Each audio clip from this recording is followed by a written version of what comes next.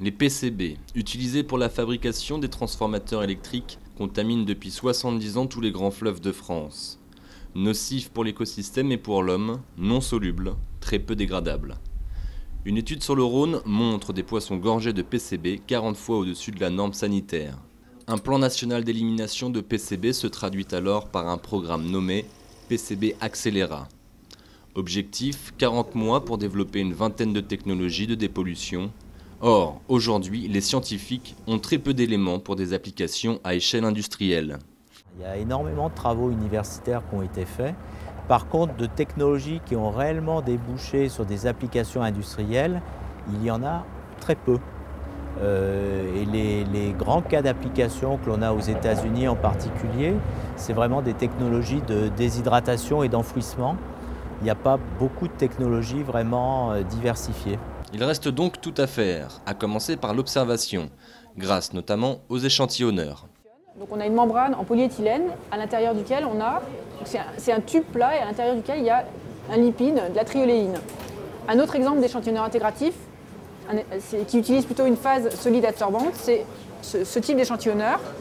En fait là on ne voit pas grand chose, mais à l'intérieur de cette membrane blanche, on a une phase solide adsorbante et c'est cette phase solide qui va accumuler et concentrer les PCB. Et ces échantillonneurs, on va les laisser de quelques jours à un mois dans le milieu. Pendant ces quelques jours à un mois, ils vont accumuler, concentrer les PCB par diffusion passive. Et au bout de cette durée d'exposition, on les prélève, on les amène en laboratoire pour quantification des PCB qui se sont accumulés. On va avoir beaucoup plus de PCB que dans un seau d'eau qui contient 1 litre d'eau. Ce qui fait que quand on arrive au laboratoire, dans le litre d'eau, on va être inférieur au seuil analytique, donc on ne va pas pouvoir donner de chiffres de PCB, puisque avec de tels dispositifs, on améliore les seuils analytiques d'un facteur 10 à 100, ce qui fait qu'on arrive à donner une valeur de PCB dans la phase dissoute des milieux aquatiques. En parallèle, d'autres scientifiques expérimentent des méthodes pour mieux comprendre le comportement des PCB. Là, c'est des sédiments marins qui ont déjà été traités. À partir du moment où on a fini le traitement, on va les déposer dans la nature et dans ces cas-là, ils pourraient impacter le milieu. Donc pour vérifier à l'avance ce niveau de l'impact, donc on va les mettre en scénario, on va les arroser comme s'il pleuvait naturellement dessus. Cette pluie va traverser ce sol, on la récupère à la base et on fait un certain nombre d'analyses de façon à voir à partir de quel moment ce qui sort n'est plus polluant. Et d'autre part, on va avoir une idée de la quantité globale de pollution qu'on va transférer dans la nappe éventuellement si jamais on va les mettre dans ces conditions-là.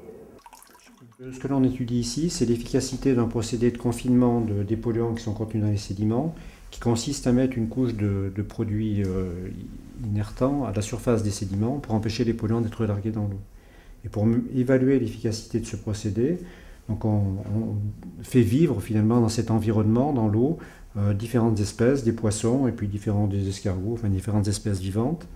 Et on étudie l'évolution de la toxicité pour ces espèces selon que les sédiments sont protégés ou pas. Un budget de 12 millions d'euros devra permettre aux scientifiques de collecter assez de données pour répondre à de nombreuses questions. La première question à résoudre, c'est comment extraire les sédiments et comment en extraire la phase la plus polluée, qu'on suspecte être la phase la plus fine. Ensuite, comment stabiliser les PCB au fond des rivières ou des lacs par des techniques de confinement. Ensuite, comment adsorber les PCB avec par exemple du charbon actif.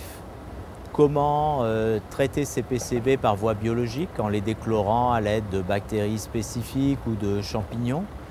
Comment les traiter dans des réacteurs pour également les déchlorer et comment les traiter thermiquement. 6 millions de mètres cubes de sédiments drainés par les cours d'eau français sont contaminés. 500 000 transformateurs électriques continuent de polluer. La dépollution des fleuves semble loin d'être acquise.